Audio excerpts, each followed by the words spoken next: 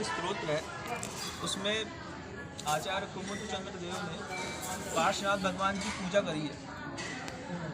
स्तोत्र पाठ लिखा है 38वें नंबर का काव्य है। आकर्णितोऽपि महितोऽपि निरीक्षितोऽपि नूनं न चेतसि मया व्रततोऽसि भक्त्या जातोऽस्मि जन बांधव दुख पात्रम यस्मात् क्रिया प्रतिफलं न भाव शून्या। ऐसा आचार्य कुमुद देव ने 4 पंक्तियाँ लिख दी हैं। वो कहते हैं आकर्णितोऽपि महितोऽपि निरीक्षितोऽपि, 3 चीज़ें मैं खूब करी है आपकी। आकर्णितोऽपि, जब भी मंदिर गया, समोषण गया, अपने कान से आपकी ध्वनि आवाज़ खूब सुनी मैंने। आकर्णितोऽपि। महितोऽपि, पूजा करी, अच्छा द्रव्य चढ़ाई, भर भर थाल के हीरा मोती रतन जो थे सब चढ़ा दिया। निरीक्षितोऽपि, बहुत करीब से आपको देखा भी है। पार्श्वनाथ भगवान के लिए कह रहे हैं कुमुदचंद्र देव कि साधु के लिए, आपके लिए भी हो, आपकी भाषा भी ये हो सकती है कि भगवान आप भी हमसे पूछ सकते हैं इस बात को कि बहुत प्रवचन आपके खूब सुने, बहुत अच्छी आपकी पूजा करी, बहुत ज़्यादा आपको करीब से देख करके ये भी देखा कि बहुत कठोर जीवन है।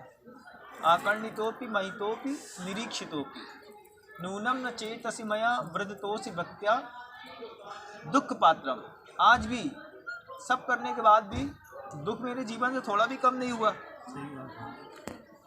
कल भी जितने कसाय थे आज भी हैं, जितना प्रपंच कल था आज भी है, जितनी परेशानियां कल थी आज भी हैं। और दुनिया में बड़े बुजुर्ग सुनते थे पार्श्वनाथ से पुजारी कभी भिखारी नहीं रहता। यहाँ पे तो अमीर बनने के लक्षण दूर दूर तक दिखाई नहीं दे रहे। ये हाँ ठीक है, आने दो बैठ चला, वो सब होता रहे दो। दुनिया को बनने की गंजिया के मुंह में परैया नहीं दे सकते आप। वो सब होता रहता है, होने दो, वो अपना अपना सब मज़े ले रहे हैं। अब ये परेशानी उस समय कुमुदचंद आचार्य महाराज की थी ऐसा नहीं है, आज भी अपनी भी है।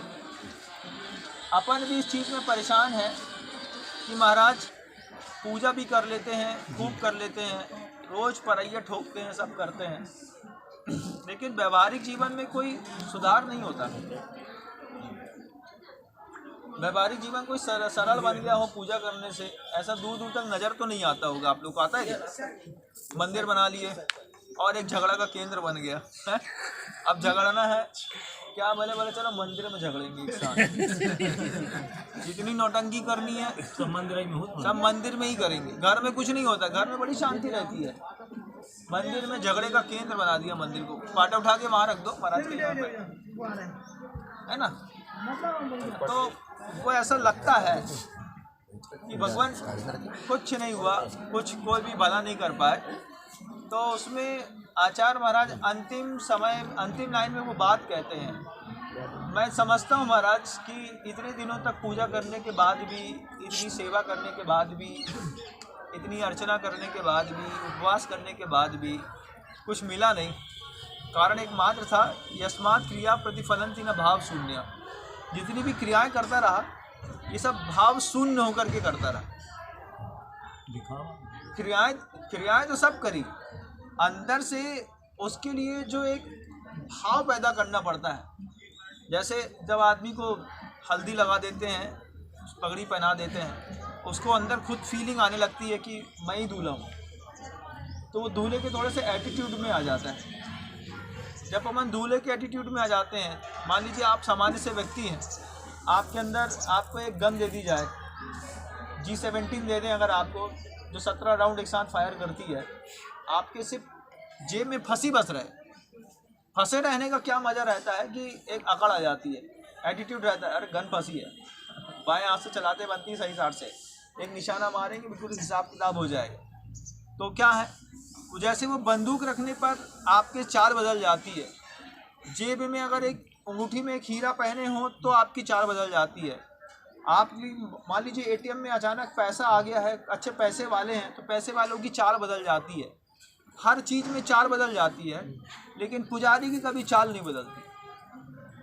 पुजारी कभी, उसने पूजा खूब करी है, अंदर से उसने अपनी पुजारी पने को पैदा नहीं किया। बाहर का पुजारी तो दिखा है, धोती दुपट्टा पहनता है, चावल चढ़ाता है, सब करता है, अंदर का उसने पुजारी अपने आप को नहीं माना कभी। भाव शून्य प्रतिक्रिया का संसार परिणाम निकला।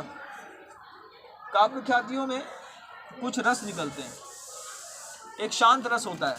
कभी महाभारत देखी हो तो महाभारत का शांत रस मैं समय हूँ, है ना। अब ये क्या है, पूरा का पूरा हस्तिनापुर आज धू धू करके जल रहा है। कारण एकमात्र कौरव और पांडवों का युद्ध संगत हो गया है। द्वारकाधीश भी करने के लिए अब असहाय हो गए हैं। तो एक शांत रस वाला जो व्यक्ति होता है वो सिर्फ आपको रोलिंग करके पात्र करके आपकी वस्तुस्थिति से प्रकट कराता है। जीवन का एक शांत रस होता है। उस शांत रस के साथ जुड़ कर के एक उसमें क्रियात्मक रस हुआ करता है, जिसको आप तात्कालिक भाव पैदा करके संचय रस कहते हैं। कि हमने मान लीजिए पुजारी की धोती दुपट्टा पहना, अब धोती दुपट्टा पहनने के बाद उस संचय रस के साथ हमको डूबना पड़ता है। अब वो संचय रस कैसे होते हैं कि मान लीजिए वो संचय रस जो ड्रामा करने वाले लोग हैं, जैसे रामलीला हो रही है, अब रामलीला में राम रावण का युद्ध हो रहा है, अगर उसमें संचय रस आ जाए, वो अंदर से सही में अपने आप को राम और रावण समझ के लड़ने लगे, तो वो युद्ध कभी ख़त्म नहीं होगा, एक को मार के ख़त्म होगा। तो वो अंदर संचय रस पैदा नहीं करते, वो संचय रस पैदा नहीं करते, सिर्फ अभिनय करते हैं। इसलिए थोड़ी देर में इशारा देने पर राम अलग हो जाते हैं, रावण अलग हो जाते हैं। फिर रावण ही राम को बोलता है भाई तेरी चाय पड़ी, तू चाय पी ले, है ना। क्यों? क्योंकि उनने अंदर अपने अंदर वो संचय रस को पैदा नहीं किया। अगर उनने अपने अंदर उस खेल को खेलते खेलते संचय रस उसमें डूब गए होते कि ये मेरा रस है, मैं राम बन गया हूँ, आज मैं रावण मार के रहूँगा, तो फिर रावण का मंच में ही वध हो जाता, उसको मरना ही पड़ता, मार ही देता राम, चाहे कुछ हो जाए। अब संचय रस नहीं होने के कारण जो है वो अभिनय रह गया। अभिनय उसीलिए कहा गया कि अगर वो जो पात्र बने हैं वो संचय रस में डूब गए होते, संचय स्वभाव में डूब गए होते, तो वो वहीं पे तहलका मचा देते। लेकिन हमारे साथ गलती ये हो गई कि हमने पूजा को, पद्धतियों को, दान को, इसको संचय रस में डूब करके करने की कोशिश नहीं करी। धोती पहनो तो अपने आप को ऐसा पुजारी समझो कि मैं ही हूँ पुजारी, मुझसे बड़ा दुनिया में कोई है नहीं। और फिर सामने वाले साधु को भी समझो। दान देने का मज़ा कब आता है? आहार दान का मज़ा देखिएगा आप, जब आपने आपको पंचम काल का श्रावक समझो कि मैं पंचम काल का सबसे बड़ा घनिष्ठ पापी श्रावक, सारे दुष्कर्म मैं करता, झूठ मैं बोलता, हिंसा मैं करता, चोरी मैं करता, कुशील मैं करता, परिग्रह मेरे पास रखा है, बात बात में झूठ बोलता हूँ। धोती पहनने के बाद अपने बारे में ऐसा सोचो। और फिर साधु के बारे में सोचो। ये चतुर्थ काल के वो मुनि महाराज जैसे रिद्धिदारी हुआ करते थे, कहाँ से चल के कितना कष्ट सह करके कैसे आकर के मेरे सामने खड़े हो गए, मेरा सौभाग्य है। ये भावना जब पैदा कर ली तुमने कि सामने खड़ा साधु चतुर्थ काल का और मैं पंचम काल का, मैं झूठ माया मायाचारी से लिप्त और ये बिल्कुल साफ सुथरे, फिर रोटी का एक गिलास हाथ उठा करके उनकी अंजलि में देने में जो आनंद आता है, वो आनंद आपके अंदर संचय रस पैदा करता है। उससे असंख्यात गुणीकरण की निर्जरा होती है और उसी के माध्यम से जो है आपके लिए साता और असाता का वातावरण बाहर बनता है। लेकिन हम शांत भाव में जी लेते हैं, संचय भाव में नहीं जी पाते। फिर विवाह भाव में जी लेते हैं, स्वभाव में नहीं आ पाते। विवाह भाव में अरे सब ठीक है भैया, करना पड़ता है, ऐसा एक आदमी ने बोल दिया। तो तीन चीज़ें संक्रामक होती हैं, रोग, लोभ और दोष। तीन चीज़ें संक्रमण से हैं। अगर मान लो जो किसी को सर्दी है, सर्दी वाले के बारे में बैठा दो, सर्दी हो जाएगी। वायरल इन्फेक्शन एक को हो गया है, कैनोपी में 4 साधु सो रहे हैं, तो दूसरे वाले को वायरल होने में ज़्यादा टाइम नहीं लगना है, ऑटोमेटिकली उनको होने वाला है। क्यों? क्योंकि ये संक्रामक है। दोष संक्रामक है, लोभ संक्रामक है, लेकिन गुण कभी भी संक्रामक नहीं होते। गुण को हमेशा जनरेट करना पड़ता है, देख करके सीखना पड़ता है। अब एक आदमी ने कह दिया अरे हो गया, चलता है, तो सब ने मान लिया चलता है और सब चलते बने। तो सब में से एक भी व्यक्ति के अंदर जो है ये धार्मिक क्रियाओं को करने के बाद भी अच्छे पैदा नहीं हुआ, एक व्यक्ति के अंदर पैदा नहीं हुआ। तो आप लोगों को देख करके और आप लोगों की ऐसी परिस्थिति को देख करके कुमुद चंद्र आचार्य महाराज को वो पंक्ति लिखनी पड़ी, आकर्णितोपि महितोपि निरीक्षितोपि भगवान। बस ऐसे साधु बैठे होंगे नीचे, तुम लोग को देखते रहेंगे जैसे मैं तुम्हें देख रहा हूँ। देखते होंगे बेचारे रोज पूजा करते हैं, आगे पीछे चलते हैं, सब करते हैं, लेकिन इनकी तरक्की क्यों नहीं होती? तो उन तरक्की के ये उत्तर वहाँ पे प्रश्न के साथ उत्तर खड़ा किया गया। आकर्णितोपि महितोपि निरीक्षितोपि नूनम न चेतसि मया वृदितोसि भक्त्या यस दुख पात्रम यस्मात् कथिया जातोस्मि जन बांधव दुख पात्रम। हे जन बांधव, तुम दुनिया के जो जगबंधु हो, तुम सबका हित करने वाले हो, मेरे में क्या अंधापन है, मेरी आंखों में क्या दिखाई नहीं दे रहा है, मुझे समझ में नहीं आता है। जातोस्मि जन बांधव दुख पात्रम यस्मात् क्रिया प्रतिफलंती न भाव शून्य। बाद में समझ में आता, ओहो मैंने भाव से जुड़ करके कोई क्रिया नहीं करी, इस चक्कर में ये सब चीज़ बिगड़ गई। शुद्धि शुद्धि का करिश्मा अगर आपको देखना है तो लौकिक क्षेत्र में आप ऑपरेशन थिएटर में देख लीजिए। अगर वहाँ पे थोड़ी सी भी अनहाइजीन लाइफ हो जाती है तो आप सोचिए कि जो पेशेंट है उसका क्या हाल होने वाला होता है ना। अगर मान लीजिए एक कैंची को भी सही ढंग से स्टेलाइज नहीं किया गया है और उसी से काट दिया गया है, क्या समझते हैं घाव कभी भर जाएगा? दुनिया में कभी नहीं भरने वाला। क्यों? क्योंकि जब तक प्रॉपर 100 डिग्री टेम्परेचर से ऊपर जाकर के उसको बॉयल नहीं करेंगे आधे घंटे तक, 1 घंटे तक, तब वो स्टेलाइज होते हैं। आपका वहाँ प्रवेश निषेध है। तो जो वहाँ पर कितनी शुद्धि दिखाई देती है, इतनी शुद्धि हमको अपने विचारों में भी और आचारों में भी जब धार्मिक संस्थानों में दिखाई देगी, तब जाकर के आप लोग करिश्माई पुजारी बन जाएंगे। अभी तो सिर्फ पुजारी हैं। जब इसमें करिश्माई शब्द जोड़ना है तो अंदर अपने भाव को और पैदा करना है। साधु को आहार दान देते वक्त उनकी देह को भी देखो एक बार और बार बार सोचो, बोले यार अपन पंचम काल के साधु सही में चतुर्थ काल। जब आप ऐसा अंदर से अपने अंदर एक मतलब कॉम्प्लेक्स पैदा करेंगे, आपको ऐसा लगेगा कि हमने आज बहुत कुछ कमा लिया। एक दिन का आहार दान करिश्मा कर देता है। देवता लोग वहाँ से रत्न बरसा देते। पंचाश्चर्य जो होता है वो साधु की साधना का परिणाम नहीं है, वो भक्त की भक्ति का परिणाम। कि तुम ऐसी भक्ति करोगे कि तुम्हारे चक्कर में वहाँ के जो देवता हैं वो आश्चर्य करेंगे। सौदामिंद्र ये 9:30-10 बजे खड़ा मिलता है वहाँ पे। सौदामिंद्र वो ऊपर आसमान में है, कहीं स्वर्ग। कुबेर को आदेश दे के रखता है, बोले थोड़ा खड़े रहना है। बोले क्यों, क्या हो गया?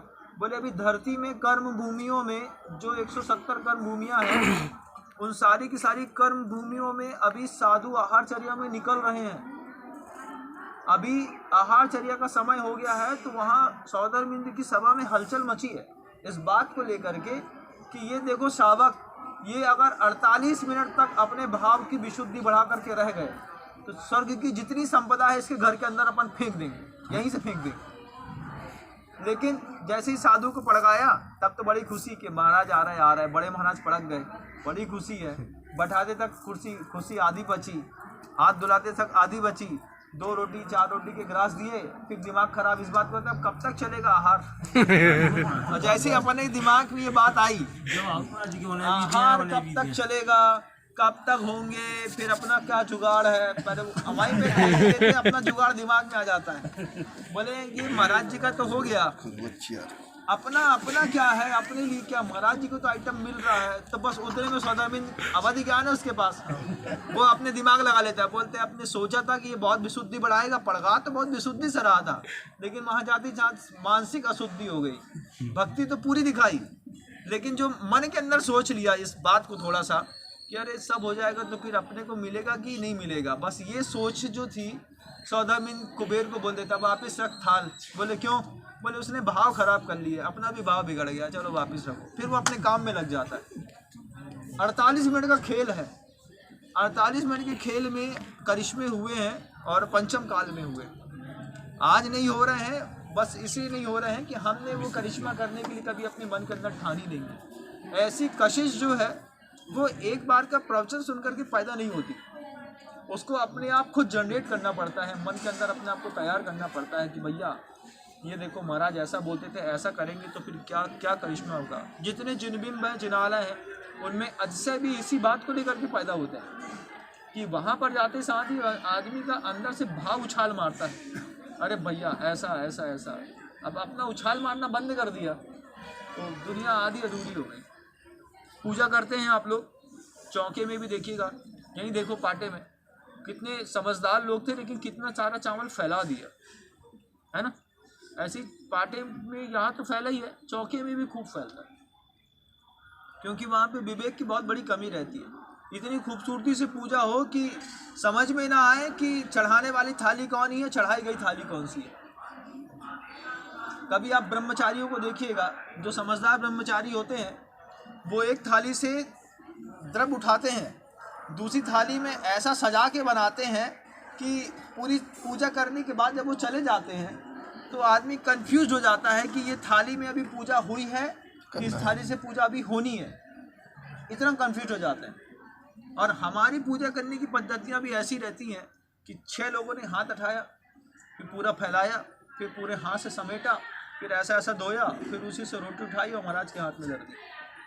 तो ये जो आप लोगों का एक जो असंयोजना है, मतलब असंयम है, ये असंयम भी थोड़ा सा आपस में भी सुधारना है और अगल बगल वाले को खुद बताना है, चर्चा करनी है। साधु सबको बताएगा अरे हमने सुन लिया हमारा हो गया, ऐसा नहीं। आपको इस चीज़ को सर्कुलेट करना है कि पूजा ढंग से, भक्ति ढंग से, आहार दान ढंग से, भगवान के मंदिर में भगवान की सेवा थोड़ा ढंग से तरीके से करो। विधि पूर्वक करने में बिगड़ता क्या है, समय तो लग ही रहा है, सही। भाव और लगा लो, भाव और लग जाएंगे, समय तो लगाते ही हो, रोज़ 1 घंटा परैया बजाते हो, सब करते हो, उसमें भाव भी लग गया और ये कसाय के स्थान थोड़े मंदे बने रहे तो आश्चर्य आज भी घटित होने में कोई ज़्यादा समय नहीं लगता। तो बहुत बड़े सौभाग्य की बात है। और देखो, खुद देखो, अच्छा देखो, बताओ वो थाली क्या बोल रही है, बताओ। पंचम काल के श्रावक बोल रही है, पंचम काल श्रावक बोल रही है।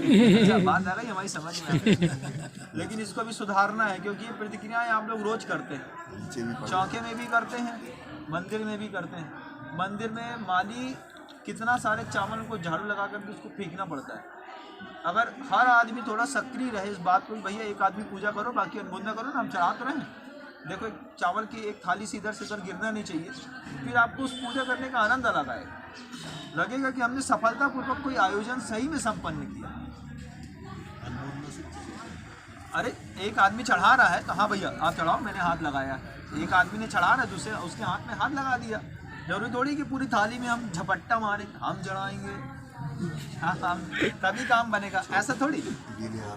हाँ, उनको सब समझ लिया जाता है, सूखा हाथ है, गीला हाथ है, अब चिपक गया तो ऐसा ऐसा फेंका, उठाया हाथ से, वो पूरे में छितर गया। फिर महाराज पीछे से अपना साफ करें, सब ठीक करें, फिर बात बनती है, नहीं तो बात संतुष्टि मिलती नहीं है महाराज से जब तक न चढ़ा लेंगे। भैया संतुष्टि विवेक से कर, विवेक से काम। अब विवेक से काम में तो फिर गलत हो जाए तो दूसरी थाली में हाथ ना मारो, अपना थाली लाओ। चलो 16 पहन लो, टाइम